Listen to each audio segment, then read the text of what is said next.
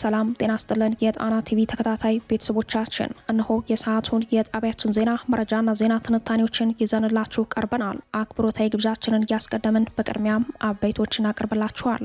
የፋኖ ኃይሎች በሁለት ዋና ከተሞች አቅራቢያ ከፍተኛ ማጥቃት በመሰንዘር ከፍተኛ ሰብአዊ ኪሳራ ማድረሳቸው ተሰምተዋል። ከባህር ዳርና ከደብረ ብርሃን ከተሞች በቅርብ ርቀት የተካሄዱ ጠንካራ ውጊያዎችን ጨምሮ በራያ ቆቦ የፖሊስ ኮማንደሩ በውጊያ የተገደሉበት የአውደ ውጊያ ውሎ ቀዳሚ የግንባር መረጃዎቻችን ናቸው። ህወሓት በከፍተኛ ደረጃ የጦርነት ዝግጅት ላይ ነው ተባለ። የጦርነት ዝግጅቱ ከተቋማት መዝጋት እስከ ግዳጅ ወታደራዊ አፈሳዎች የደረሰ መሆኑ ተጠቁሟል። የደህንነት ሹሙን ማሰሩም አነጋጋሪ ሆኗል። በሰፊው የቃኘነው ወታደራዊ መረጃችን ነው፣ ይደመጣል። የብልጽግናው አገዛዝ ወደ ስልጣን ከመጣበት ጊዜ ጀምሮ ኢትዮጵያን የስቃይ መንደር አድርጓታል። ዓለም አቀፉ የጸረ ስቃይ ድርጅት ይፋ ባደረገው የዓለም ስቃይ መረጃ ጠቋሚ ሪፖርት መሰረት ኢትዮጵያ በዓለም ላይ ከፍተኛ ስቃይ ካለባቸው ሀገራት አንዷ ሁና ተመድባለች። አብራችሁን ስትዘልቁ ትሰሙታላችሁ። ሶማሌላንድ በቅርቡ በእስራኤል ኤምባሲ ልትከፍት መሆኑ ሲሰማ የሶማሊያው ፕሬዝዳንት ሐሰን ሼክ መሐመድ የስልጣን ዘመናቸውን ማራዘማቸው በሞቃዲሾ ፖለቲካ አዲስ ቀውስ ፈጥሯል። ፕሬዝዳንቱ አደገኛ ቀይ መስመር ላይ ናቸው ተብሏል። ለሰዓቱ የመረጥንላችሁ ዜና ትንታኔያችን ነው። እነዚህንና ሌሎችን ይዘናል። አሁን ወደ ዝርዝር መረጃዎቹ እናመራለን። የፋኖ ኃይሎች በሁለት ዋና ከተሞች አቅራቢያ ከፍተኛ ማጥቃት ሲሰነዝሩ በራያ ቆቦ የፖሊስ ኮማንደሩ በውጊያ መገደሉ ተሰምተዋል። በፋኖ ኃይሎችና በአገዛዙ ጦር መካከል የሚካሄደው ውጊያ ዛሬም አዳዲስ የውጊያ ግንባሮችን ከፍቶ ቀጥለዋል። በተለይም ባህር ዳር ዙሪያና ደብረ ብርሃን በቅርብ ርቀት የተካሄዱ ውጊያዎች ጠንካራ መሆናቸውን ከአካባቢዎቹ ለጣና የደረሱ መረጃዎች ያሳያሉ። ዛሬ ግንቦት 12 ቀን መነሻውን ከደብረ ብርሃን ያደረገው የመከላከያ አድማ ብተና ፖሊስና ሚሊሻ ጥምር ጦር ወደ አንኮበር መንቀሳቀሱን ተከትሎ የፋኖ ኃይሎች ቀድመው በሰነዘሩት ማጥቃት ውጊያ መቀስቀሱን የፋኖ ምንጮች ገልጸዋል። የሻለቃ 2 ቃኞች አንኮበር ወረዳ ቆንዲ ከተማው ላይ በመጠበቅ አንድ ፓትሮል ያገዛዙ ጥምር ጦር ላይ በተሰራ ደፈጣ መኪናው ተመቶ ከጥቅም ውጭ ሲሆን በወታደራዊ ተሽከርካሪው ላይ የነበሩ የጥምር ጦሩ አባላት ሙሉ በሙሉ ሞትና ቁስለኛ መሆናቸውን የፋኖ ምንጮች ለጣና አረጋግጠዋል። ይህ ውጊያ ትናንት ግንቦት 11 ቀን ከተካሄደው ውጊያ ቀጥሎ የተገኘ ድል መሆኑን የጠቆሙት የፋኖ ምንጮች ሁለቱም አውደ ውጊያ መነሻቸውን ከደብረ ብርሃን ከተማ ያደረጉ የአገዛዙ ጥምር ጦር አባላት የተመቱበት መሆኑን አስረድተዋል። ደብረ ብርሃን ድረስ ዘልቆ የማጥቃት ወታደራዊ ብልጫ ፈጥረናል የሚሉት የፋኖ ምንጮች ከከተማዋ የሚነሳውን የትኛውንም ኃይል ከመንገድ ላይ ማስቀረት ታክቲካዊ የውጊያ ስልታችን ነው ብለዋል። በዚሁ የአንኮበር አካባቢ በቁራ ማርያም የሰፈረውን የአገዛዙን ኃይል በሻለቃ 2ና አባት አርበኞች በጋራ ከበባ አድርገው ከባድ ኪሳራ ማድረስ መቻላቸውን አክለው ገልጸዋል። በአንኮበር በኩል የሻለቃ 2 አባላት እንዲሁም የሀራባ ክላስተር አባት አርበኞች በጋራ በመሆን አንኮበር ወረዳ ጣምቄ በተባለ ቦታ ላይ የተቀመጠውን አድማ ሙሉ በሙሉ መምታት መቻላቸውን አስታውቀዋል። እንደ ፋኖ ምንጮች መረጃ በዚህኛው ግንባር ብቻ 11 አድማ ብተና የተደመሰሰ ሲሆን ብዛት ያለው የአገዛዙ ሰራዊት ቁስለኛ እንደሆነ ቁስለኞቹ ወደ ደብረ ብርሃን ከተማ መወሰዳቸውን ገልጸዋል። በተጨማሪም የከተማዋ 2 የፖሊስ አመራሮች በውጊያ መሞታቸውን የፋኖ ምንጮች ለጣና አረጋግጠዋል። በሌላ የግንባር መረጃችንም ከባህር ዳር በቅርብ ርቀት በምትገኘው መሸንቲ ከተማ የፋኖ ኃይሎች ጥቃት መሰንዘራቸው ተሰምተዋል። አፋብን ቴዎድሮስ እዝ የፋኖ ኃይሎች በከተማዋ ሰርገው በመግባት የአገዛዙን ቁልፍ መከላከያ ስፍራዎች ሙሉ በሙሉ በቁጥጥር ስር በመዋል ድል መቀዳጀታቸውን አስታውቀዋል። የዘመቻ አፈጻጸሙ የአገዛዙ ኃይል ከበባ ውስጥ በማስገባት በወሰዱት እርምጃ 23 የአገዛዙ ወታደሮች ሲደመሰሱ 3 ወታደሮች ደግሞ በሰብአዊ ምርኮ መያዛቸው ታውቋል። ከባህር ዳር ከተማ በቅርብ ርቀት በምትገኘው በመሸንቲ ከተማ በተመራው በዚህ ኦፕሬሽን የፋኖ ኃይሎች ወደ ከተማዋ ሰርገው በመግባት ወሳኙን ካምፕ መቆጣጠራቸው ያለምንም ኪሳራ ዘመቻውን በድል እንዲወጡ እንዳስቻላቸው ገልጸዋል። በዚሁ የጎጃም ቀጠና አፋብን ቴዎድሮስ እዝ በ206ኛ ኮር ቀጠና የአገዛዙ ጦር በርካታ ሰራዊት በማስከተል በመድፍ የታገዘ ውጊያ መክፈቱ ተሰምተዋል። በትናንትናው ዕለት በጎዛመን ቀዝቀዝና በስናን ደብረ ዘይት አካባቢዎች እስከ ምሽት 1 ሰዓት ድረስ የዘለቀ ውጊያ በርካታ ሰብአዊ ኪሳራዎች እንደተመዘገቡ በግንባር መረጃው ላይ ተመላክተዋል። በተመሳሳይ በዚሁ ቀጠና በዛሬው ዕለት ግንቦት 12 ቀን የ206ኛ ኮር 14ኛ ክፍለ ጦር የቀስተ ደመና ሻለቃ የፋኖ ኃይሎች ማርዘነብ በተሰኘች ከተማ በመግባት አነጋጉ ላይ 11 ሰዓት ተኩል ላይ የአገዛዙን ጦር ከበባ ውስጥ በማስገባት ከፍተኛ ሰብአዊ ኪሳራ ማድረሳቸውን አስታውቀዋል። የአገዛዙ ጦር በተኛበት በምሽጉ ላይ በተከፈተው ማጥቃት ከ50 በላይ ኃይል ሲደመሰስ 2 የመቶ አለቃ መሪዎች ከሟቾች መካከል እንደሚገኙበት የፋኖ ምንጮች አረጋግጠዋል። በዚህ አውደ ውጊያ በርካታ ክላሽና የመገናኛ ሬዲዮዎች እንዲሁም ወታደራዊ ቦርሳና የወገብ ትጥቆች በምርኮ ገቢ መደረጋቸው ታውቋል። ከጎጃም የግንባር መረጃ ወደ ወሎ ቤት አማራ ስንሻገር በራያ ቆቦ ቀጠና የፋኖ ኃይሎችን ለማጥቃት የገባው የአገዛዙ ጦር የፖሊስ ኮማንደሩን ጨምሮ የውጊያ መሪዎችን አቶ መመለሱ ታውቋል። ልዩ ስሙ እርግብ በር በተባለው የራያ ቆቦ አካባቢ የተካሄደው ውጊያ ግንቦት 11 ለግንቦት 12 አጥቢያ ሌሊቱን መሆኑን ከፋኖ ምንጮች ሰምተናል። ውጊያው በአራት አቅጣጫ መካሄዱን የገለጹት የፋኖ ምንጮች በዚህ ውጊያ ከሞተው የፖሊስ ኮማንደር በተጨማሪ የመከላከያ አዋጊዎችም እንደተመቱ ታውቋል። ከገባው ኃይል አብዛኛው ጦር እንዳልወጣ፣ በአንጻሩ በፋኖ ኃይሎች በኩል መለስተኛ ጉዳት መመዝገቡን የፋኖ ምንጮች ለጣና አረጋግጠዋል።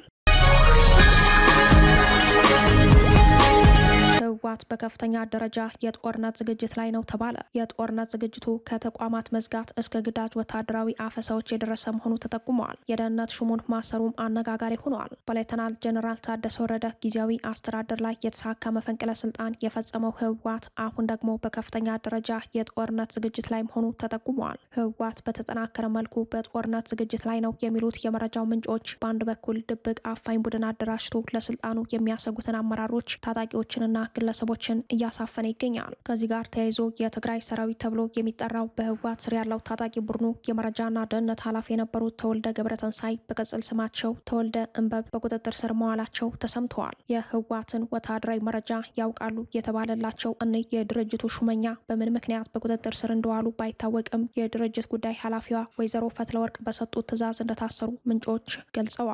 በሌላ በኩል ደግሞ በትግራይ በህወሓት በኩል ወጣቶችን ያለ ፍላጎታቸው ለጦርነት እያዘጋጀ መሆኑ በመረጃው ላይ ተመላክተዋል። ከትናንት ግንቦት 11 ጀምሮ በአዲግራት፣ በሐውዜን፣ በውቅሮ፣ በአጉላእ፣ በአባያዲ፣ በሳምሬ፣ በአዲ ጉደም፣ በሂዋኔ፣ በማይጨው እንዲሁም በራያ ቀጠናዎች በኮረምና ባላማጣ ከተሞች መጠነ ሰፊ የወጣቶች አፈሳ መጀመሩን ከአካባቢው ምንጮች ሰምተናል። በተጨማሪም የሙያና ቴክኒክ ኮሌጅና የሁለተኛ ደረጃ ተማሪዎች ከ17 ዓመት በላይ የሆኑት ተመልምለው ወደ ማሰልጠኛ ማዕከሎች በግዳጅ እንዲሄዱ በመደረግ ላይ መሆኑን ለጣና በደረሳት መረጃ ላይ ተመላክተዋል። ከዚሁ ጋር ተያይዞ ህወሓት በመላ ትግራይ ከሰጣቸው ትዕዛዞች አንዱና ዋናው የትምህርት ተቋማትን አስቀድሞ መዝጋት ሆኗል። እንደ መረጃው ምንጮች በትግራይ በቀጣዮቹ 20 ቀናት ውስጥ ትምህርት ቤቶች ሙሉ በሙሉ እንዲዘጉ ውሳኔ ተላልፈዋል። የትምህርት ካላንደሩ ከማለቁ በፊት ትምህርት ቤቶች የሚዘጉት ለጦርነት ዝግጅት ነው የሚሉት የመረጃው ምንጮች በሰኔ ወራት ጦርነት ለመክፈት ዝግጅቶች እንዳሉ ነው የጠቆሙት። የህወሓት ፕሮፓጋንዲስቶች በበኩላቸው በትግራይ በጀት በመቋረጡ ትምህርት ቤቶች ቀድመው ሊዘጉ ነው የሚል ይዘት ያለው ዜና በማሰራጨት ላይ መሆናቸውን የጣና ዘጋቢዎች ተመልክተዋል። በትግራይ ክልል ከመደበኛው ጊዜ ቀድሞ ትምህርት እንዲዘጋ ውሳኔ መተላለፉ ህወሓት በተለያዩ አካባቢዎች የወጣቶች አፈሳ ከመጀመሩ አኳያ በሰሜን ኢትዮጵያ ከፍተኛ የጦርነት ስጋት ተፈጥሯል። ትምህርት ቤቶች በአስቸኳይ ተማሪዎቻቸውን ፈትነው እንዲያሰናብቱ ጥብቅ ማሳሰቢያ ደርሷቸዋል የተባለ ሲሆን ግንቦት 30 ትምህርት እንዲዘጋ ሲል ህወሓት መመሪያ አስተላልፏል የተባለው ትምህርት ቤቶች ከግንቦት 30 ቀድመው እንዲጨርሱ በክልሉ ትምህርት ቢሮ የተፈረመ ደብዳቤ ትዕዛዝ ወርዷል ያሉት የመረጃው ምንጮች ሁሉም ዞኖች፣ ወረዳዎችና ከተማ አስተዳደሮች እንዲያስፈጽሙ ትዕዛዝ እንደደረሳቸው ገልጸዋል። ትምህርት ቤቶች በተሰጣቸው ማሳሰቢያ ዘር መመሪያ መሰረት ከመደበኛ እቅድ ውጪ ለተማሪዎቻቸው ፈተና ሰጥተው ግንቦት 30 ለመዝጋት እየተዘጋጁ ነው። አብዛኞቹ ትምህርት ቤቶች የዓመቱን የተማሪዎች ፈተና ከሚቀጥለው ሳምንት ጀምሮ ለመስጠት እየተዘጋጁ መሆኑን ምንጮች አክለው ገልጸዋል። ደብረጽዮን ጀነራል ታደሰን አስወግደው የደጀን ቢሮን ከተቆጣጠሩ በኋላ ለመጀመሪያ ጊዜ ባደረጉት የካቢኔ ስብሰባ ስለ ዓመቱ የትምህርት የጊዜ ሰሌዳ መወያየታቸው አይዘነጋም። ይህ ውሳኔም የቀጣዩ ጦርነት ትልቁ የስጋት ምዕራፍ ሆኖ በመታየት ላይ ነው። የብልጽግና ሰራዊት በበኩሉ ከትግራይ አዋሳኝ ትይዩ በ6 ዋና ዋና ግንባሮች ጦሩን ማደራጀቱ ወታደራዊ መረጃዎች ያመላክታሉ። ከ6ቱ ግንባሮች ውስጥ 4ቱ በአማራ ግዛቶች የሚገኙ ሲሆን 2ቱ ደግሞ በአፋር በኩል ይገኛሉ። በአማራ በኩል በወሎ ቤት አማራ የጁና ራያ ቀጠና ያለው ቀዳሚው ግንባር ሲሆን ሁለተኛው ግንባር ከላስታ ይዞ ዋግምራ አበርገሌ ሆኗል። ሶስተኛው ግንባር ደግሞ የሁመራ ሱዳን ግንባር ሲሆን አራተኛው ግንባር ከጠለምት ይዞ የተከዜ መስመርን በመከተል የሚወርደው የወልቃይት አዲጎሹ ግንባር እንደሆነ በወታደራዊ መረጃው ላይ ተመላክተዋል። ቀሪ 2ቱ የጦር ግንባሮች ደግሞ በራያ ቆላማ ቀጠናዎች ትይዩ ከአፋር አዋሳኝ በኩል የሚነሱ ሲሆን አምስተኛው ግንባር የሆነው በራያ ቢሶበርና ራያ ጨርጨር ትይዩ የሚገኙ ቀጠናዎች እንዲሁም የደቡብ ምስራቅ ትግራይ ቦታዎችን ይዞ ለመቀሌ ትይዩ በሆኑ በ100 ኪሎ ሜትር ርቀት ባሉ የአፋር አዋሳኞች የሚገኘው ቀጠና እንደሆነ የጠቆሙት ወታደራዊ ምንጮች የመጨረሻውና ወሳኙ ግንባር በአፋር ቡሬ በኩል በኤርትራ ሰብ ትይዩ እንደሆነ ጠቁመዋል። ህወሓት በፕሪቶሪያው ስምምነት መሰረት ትጥቅ አስፈትቶ የሸኛቸውን የቀድሞ ተዋጊዎች ጨምሮ በተለያዩ አካባቢዎች ኃይልን ማዕከል ያደረገ ወታደራዊ አፈሳና ኃይል የማሰባሰብ ስራዎችን በመስራት ላይ ይገኛል። በበርካታ የትግራይ አካባቢዎች ወጣቶችን በግዳጅ ለውትድርና እየመለመለ መሆኑን የሚያመላክቱ መረጃዎች በተደጋጋሚ መውጣታቸው ይታወሳል። ኢትዮጵያ በስቃይና ኢሰብአዊ አያያዝ ረገድ በዓለም ላይ ከፍተኛ ስጋት ካለባቸው ሀገራት መካከል አንዷ ሆና ተመደበች። ዓለም አቀፉ የጸረ ስቃይ ድርጅት ይፋ ባደረገው የ2025 የዓለም ስቃይ መረጃ ጠቋሚ ሪፖርት መሰረት ኢትዮጵያ በዓለም ላይ ከፍተኛ ስጋት ካለባቸው ሀገራት አንዷ ሆና ተመድባለች። ድርጅቱ ለዚህ ዋነኛ ምክንያቶች ናቸው ያላቸውን ሲዘረዝር በሀገሪቱ የተለያዩ አካባቢዎች የሚስተዋሉ ግጭቶች፣ ያለ ሕግ አግባብ የሚፈጸሙ እስራቶች፣ ደካማ የሕግ ከለላዎችና የወንጀል ተጠያቂነት በሰፊው አለመኖር ዋነኞቹ መሆናቸውን ገልጸዋል። በተለይም በጦርነት ውስጥና በግጭት ስጋት ውስጥ በሚገኙ አካባቢዎች ይህ መሰሉ የሰብአዊ መብት ጥሰትና እንግልት አሁንም በከፍተኛ ደረጃ ስር ሰዶ እንደሚገኝ ሪፖርቱ በጥብቅ አስጠንቅቋል። በተለይም በአማራ፣ በኦሮሚያ፣ በትግራይና በአፋር ክልሎች ውስጥ ከፍተኛ ስቃይና ኢሰብአዊ አያያዝ እንዳለ አመላክተዋል። በዚህ ዓለም አቀፍ መረጃ ጠቋሚ መሰረት የፖለቲካ አንቂዎች፣ ጋዜጠኞች፣ ጠበቆች፣ የሃይማኖት መሪዎችና የተለያዩ የብሔረሰብ አባላት በጸጥታ ኃይሎች አማካኝነት ለአሰቃቂ እስራትና እንግልት ይበልጥ የተጋለጡ የህብረተሰብ ክፍሎች ናቸው። በቁጥጥር ስር በዋሉበት ወቅትም ከባድ ድብደባ፣ ለረጅም ጊዜ ለብቻ ማግለል፣ ምግብና እንቅልፍ መንሳት እንዲሁም የስነ ልቦና ጫናዎችን ጨምሮ ያለምንም ግንኙነት ለብቻ የማሰር የጭካኔ ተግባራት እንደሚፈጽሙባቸው ሪፖርቱ ይፋ አድርጓል። ጠቅላይ ሚኒስትር አብይ አህመድ በ2010 ወደ ስልጣን ከመጡ በኋላ የታየው የለውጥ ጉጉት ከቅርብ ዓመታት ወዲህ በሀገሪቱ በበረቱት የፖለቲካ ሁከቶችና በተደጋጋሚ በታወጁት የአስቸኳይ ጊዜ አዋጅ ምክንያት ሙሉ በሙሉ ወደ ኋላ ማፈግፈጉን ድርጅቱ በጥናቱ አመላክቷል። ሪፖርቱ በኢትዮጵያ ያለውን የጸረ ስቃይ ህግ በከፍተኛ ሁኔታ የተቸ ሲሆን ብሔራዊ ህጎቹ ስቃይን በዓለም አቀፍ ደረጃዎች መሰረት ሙሉ በሙሉ ወንጀል እንደማያደርጉና በጥሰቶቹ ላይ በሚሳተፉ ባለስልጣናት ላይ በቂ የጠያቂነት ስርዓት እንደማይዘረጉ አመላክተዋል።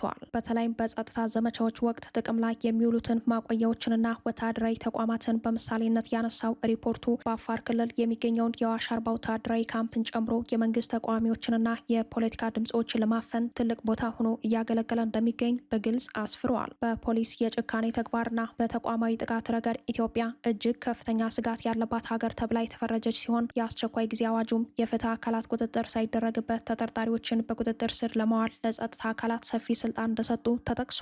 ከዚህ በተጨማሪም በሀገሪቱ የሚገኙ እስር ቤቶች ከተያዘላቸው አቅም በላይ በሰዎች መጨናነቃቸውንና የጤና ሁኔታቸው በከፍተኛ ሁኔታ እየተበላሸ መምጣቱን ሪፖርቱ ጠቁመዋል። በእነዚህ ማቆያ ስፍራዎች ውስጥ ከፍተኛ የምግብ፣ የሕክምና፣ የንጽህናና የንጹህ አየር እጥረት መኖሩ ተገልጿል።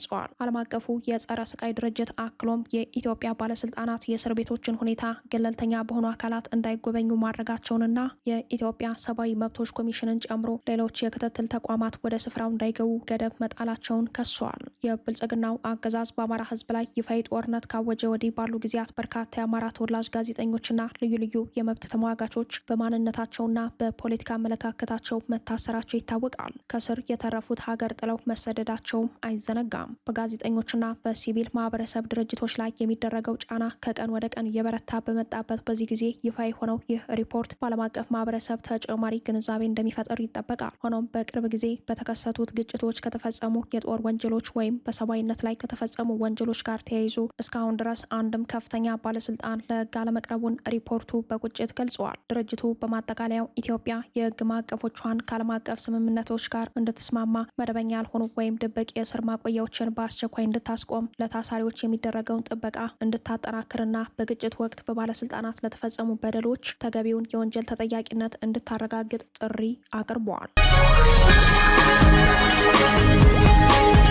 ሶማሌላንድ በቅርቡ በእስራኤል ኤምባሲ ልትከፍት መሆኑ ሲሰማ የሶማሊያው ፕሬዚዳንት ሐሰን ሼክ መሐመድ የስልጣን ዘመናቸውን ማራዘማቸው በሞቃዲሾ ፖለቲካ አዲስ ቀውስ ፈጥረዋል። ፕሬዚዳንቱ አደገኛ ቀይ መስመር ላይ ናቸው ተብሏል። ራሷን ከሶማሊያ የገነጠለችው ሶማሌላንድ በቅርቡ የነጻ መንግስትነት እውቅና በሰጠቻት እስራኤል ኤምባሲ እንደምትከፍት የሶማሌላንድ አምባሳደር በኤክስ ገጻቸው አስታወቁ። እስራኤልም በሶማሌላንድ ዋና ከተማ ሀርጌሳ ኤምባሲ ትከፍታለች ተብሎ እንደሚጠበቅ አምባሳደር መሐመድ ሀጊን በዚሁ መልእክታቸው ገልጸዋል። ሶማሌላንድ ከሶማሊያ ፌዴራል መንግስት መገንጠሏን ያወጀችው እንደ አውሮፓውያኑ የዘመን ቀመር በ1991 ዓ.ም ነው። እስራኤል ባለፈው ታህሳስ ለሶማሌላንድ የነጻ መንግስትነት እውቅና በመስጠት እስካሁን ብቸኛዋ ሀገር ሆናለች።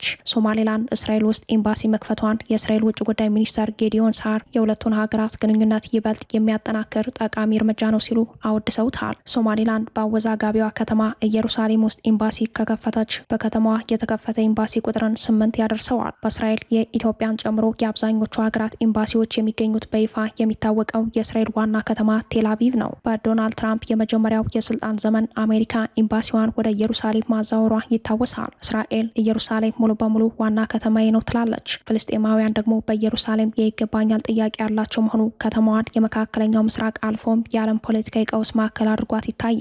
የተባበሩት መንግስታት ድርጅትና በርካታ ሀገራት ምስራቅ ኢየሩሳሌምን በእስራኤል በኃይል እንደተያዘ አካባቢ እንደሆነ ይቆጥሩታል። ፍልስጤማውያንም ምስራቅ ኢየሩሳሌም የወደፊቱ ዋና ከተማቸው እንዲሆን የትግል ግብ ይዘው በጽናት የቆሙ መሆኑም የሶማሌላንድ ኤምባሲ በኢየሩሳሌም መከፈቱ ተቃርኖውን ከፍ እንደሚያደርገው ተገምተዋል። እስራኤል ባለፈው ታህሳስ ለሶማሌላንድ እንደ ነጻና ሉዓላዊ ሀገር እውቅና ስትሰጥ ሶማሌላንድ የግዛት አካል ናት የምትለው ሶማሊያ የእስራኤልን እርምጃ በሉዓላዊነቴ ላይ ሆን ተብሎ የተሰነዘረ ጥቃት ስትል ጠንካራ ተቃውሞ መሰንዘሯ ይታወሳል። የአረብ ሊግ፣ የአፍሪካ ህብረትና ሌሎች ዓለም አቀፍ ተቋማት እንዲሁም መንግስታት እርምጃውን እንደተቃወሙት አይዘነጋም።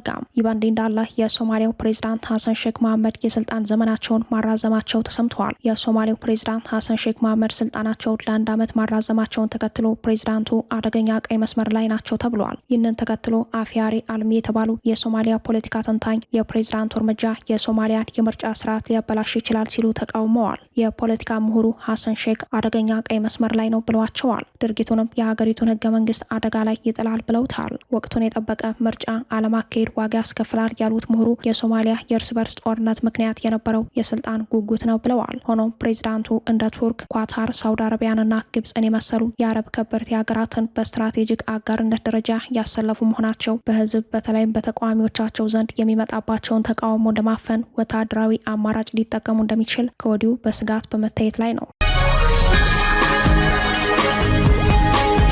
አሜሪካና እስራኤል የቀድሞውን የኢራን ፕሬዝዳንት አህመዲ ነጃድን በስልጣን ላይ ለመሰየም አቅደው እንደነበረ ኒውዮርክ ታይምስ ይፋ አደረገ። የአሜሪካ ባለስልጣናትን ዋቢ በማድረግ ዘ ኒውዮርክ ታይምስ እንደዘገበው አሜሪካና እስራኤል በኢራን ላይ የአየር ጥቃት በመሰንዘር የሀገሪቱን የበላይ መሪ አያቶላ አሊ ሀሚኒን ከገደሉ በኋላ ቀኝ አክራሪውን መሐመድ አህመዲ ነጃድን በፕሬዝዳንትነት በስልጣን ላይ የመሰየም እቅድ ነበራቸው። የካቲት 28 በተሰነዘረው በዚሁ የመጀመሪያ የአየር ጥቃት ወቅት ግንባር ቀደም መሪዋ የተገደለባት ኢራን አመራር ቀየር እስራኤል እቅዱን ያዘጋጀችው በአሜሪካ መንግስት ሙሉ ይሁንታ እንደነበር ተገልጿል።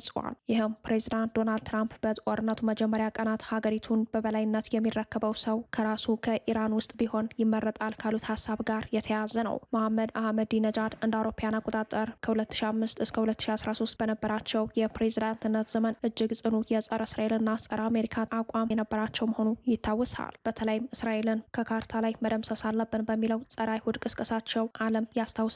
የኢራንን የኒውክሌር ፕሮግራም በጽኑ በመደገፍ የሚታወቁ መሆናቸው ይህ ምርጫ ለብዙዎች እንግዳ ሆኗል። በተለይም እስራኤል እኒህን ሰው በመሪነት ማጨቷ መረጃውን የበለጠ አነጋጋሪ አድርጎታል። ሪፖርቱ አህመዲ ነጃድ እንዴት ወደዚህ እቅድ ሊሳቡ እንደቻሉ በግልጽ አላስቀመጠም። ነገር ግን በአዲሱ የገዢው አካል ለውጥ ወይንም ሪጅም ቼንጅ ዙሪያ ምክክር ተደርጎባቸው እንደነበር አመልክተዋል። ይሁን እንጂ ይህ እቅድ በጦርነቱ የመጀመሪያ ቀን ላይ ሳይሳካ ቀርቷል። ምክንያቱም አህመዲ ነጃድን በቴሄራን ከነበሩበት የቁም እስረኝነት ነጻ ለማውጣት ታስቦ በተሰነዘረው ጥቃት ሳቢያ እርሳቸው ራሳቸው መኖሪያ ቤታቸው ውስጥ ቆስለዋል። ጥቃቱ ፈር በመልቀቁ ምክንያት አህመዲ ነጃድም ሆኑ የአሜሪካ ባለስልጣናት በስልጣን ለውጥ እቅዱ ላይ ያላቸው ተስፋ ተሟጦ ነበር። ከጥቃቱ በህይወት የተረፉት አህመዲ ነጃድ ከዚያ ጊዜ ጀምሮ በአደባባይ አልታዩ። አሜሪካ በአሁኑ ወቅት የት እንዳሉና በምን አይነት የጤና ሁኔታ ላይ እንደሚገኙ እንደማታውቅ ተገልጸዋል። የዋይት ሀውስ ቃል አቀባይና ኬሊ ስለ አህመዲ ነጃድ ሚና ለቀረበላቸው ጥያቄ በቀጥታ ምላሽ ባይሰጡም አሜሪካ በኢራን ላይ የከፈተችው ኦፕሬሽን ኤፒክ ፉሪ ዋና ግቦች ብዙ እንደነበሩ በሰጡት መግለጫ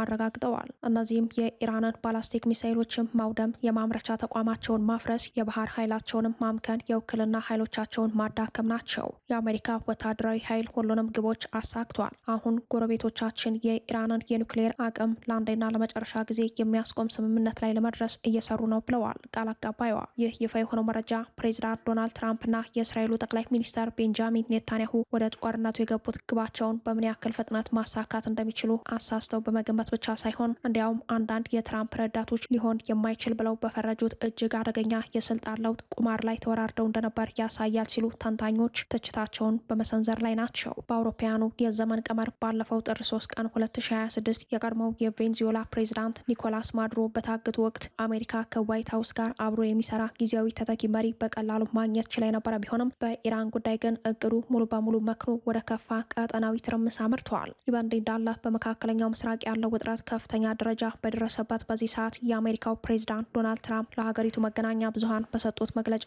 አዲስ ወታደራዊ የኃይል እርምጃ ሊኖር እንደሚችል ፍንጭ ሰጥተዋል። ፕሬዝዳንቱ ስለ ኢራን ወቅታዊ ሁኔታ ተጠይቀው በሰጡት ምላሽ ሌላ ተጨማሪ ጠንከር ያለ ምት ልናሳርፍባቸው እንችላለን ማለታቸው ተሰምተዋል። ፕሬዝዳንት ዶናልድ ትራምፕ ይህንን መግለጫ የሰጡት በዋሽንግተንና በቴሄራን መካከል ያለው ዲፕሎማሲያዊና ወታደራዊ ፍጥጫ እያየለ በመጣበት ወቅት ነው። ሌላ ትልቅ ምት ልንሰጣቸው እንችላለን የሚለው ንግግራቸው አሜሪካ በኢራን ላይ አዳዲስና መጠነ ሰፊ የአየር ወይም የሳይበር ጥቃቶችን ለመሰንዘር በዝግጅት ላይ መሆኗን የሚያሳይ ጠንካራ ማሳያ ተደርጎ ተወስደዋል። ይህ የትራምፕ ንግግር አስቀድሞ በጦርነት ቀውስ ውስጥ የሚገኘው የባህረ ሰላጤው ቀጠና ይበልጥ ወደ ከፋ ጥፋት ሊመራው እንደሚችል የጂኦ ፖለቲካ ተንታኞች ስጋታቸውን እየገለጹ ይገኛሉ። አሜሪካ የምትወስደው ማናቸውም አይነት ተጨማሪ ወታደራዊ እርምጃ በዓለም አቀፍ የነዳጅ ገበያና ኢኮኖሚ ላይ ከፍተኛ መናጋት ሊፈጥር እንደሚችል ተጨባጭ ስጋቶች አይለው በመታየት ላይ ናቸው። የአሜሪካ የቅርብ አጋር የሆኑት የምዕራባውያን ሀገራት ሁኔታው በሰላማዊ መንገድና በዲፕሎማሲ እንዲፈታ ግፊት እያደረጉ ቢሆንም የትራምፕ አስተዳደር ግን የኃይል አማራጭን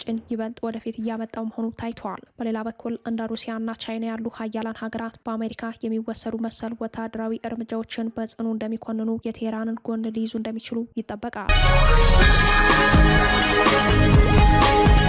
ክቡራትና ክቡራን ቤተሰቦቻችን ለሰዓቱ የተሰናዱት መረጃዎቻችን የተከታተሏችኋቸውን ይመስሉ ነበር። አብራችሁን ስለቆያችሁ ልባዊ ምስጋናችን ይድረሳችሁ እያለን የጣና ቲቪ ወቅታዊ ዜናዎች፣ ትንታኔዎችና ልዩ ልዩ ፕሮግራሞች እንዲደርሷችሁ ቻናላችን ሰብስክራይብ በማድረግ ቤተሰብ ሆኑ። በተሳትፎ የትግል ሚዲያው እንዲያጠናክሩ ጥሪያችን እናቀርባለን። ጣና ቲቪ ከሀቅ ጋር